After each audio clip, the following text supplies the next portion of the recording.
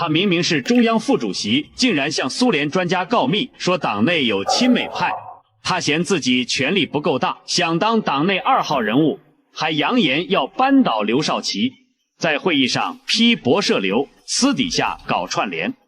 毛主席很快看清了高崗的陰謀和野心，在會議上對他發出警告，但高崗卻並不理會，還在繼續搞串聯。直到7屆4中全會召開，他的陰謀被毛主席徹底粉碎。1949年，劉少奇秘密訪蘇前夕，高崗找到在東北工作的蘇聯專家科瓦廖夫，編造謠言說中共內部存在以劉少奇為首的親美派。科瓦廖夫回國後向斯大林匯報此事，還說劉少奇組織了對高崗的無根據批評。斯大林將這份報告轉交給了毛主席，但並沒有引起毛主席的重視，這也讓高崗變本加厲地造謠和抹黑劉少奇。當時高崗的許多主張都很受毛主席看重，因此自認為是東北王，而劉少奇則多次因為右傾受到批評。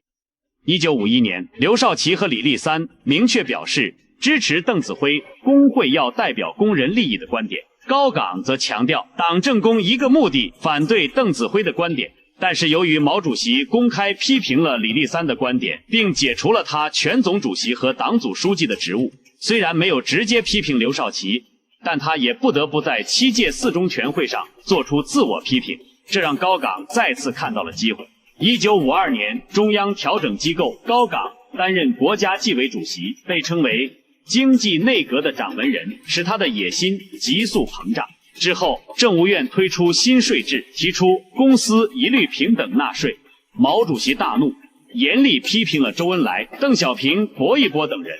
緊接着，又批評了劉少奇領導的黨中央工作存在分散主義，要求所有以中央名義發出的文件都必須經他看過，否則無效，並在否則無效下面加了着重號。同時，將政務院22個部中的8個部劃歸高崗領導。這一系列的變動讓高崗覺得時機成熟了，他不僅要扳倒劉少奇，還要扳倒周恩來。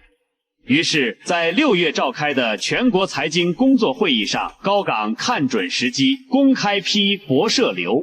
還在私底下到處串聯，鼓動別人放炮。他鼓動陶說要重重整一下薄一波，被陶铸拒絕後，他又說我在全國財經會議上不講話得已，要講就要挖少奇的牢底。他把劉少奇1949年天津講話、1951年山西批示等觀點都算在薄一波頭上進行批判，明批薄一波，暗攻劉少奇。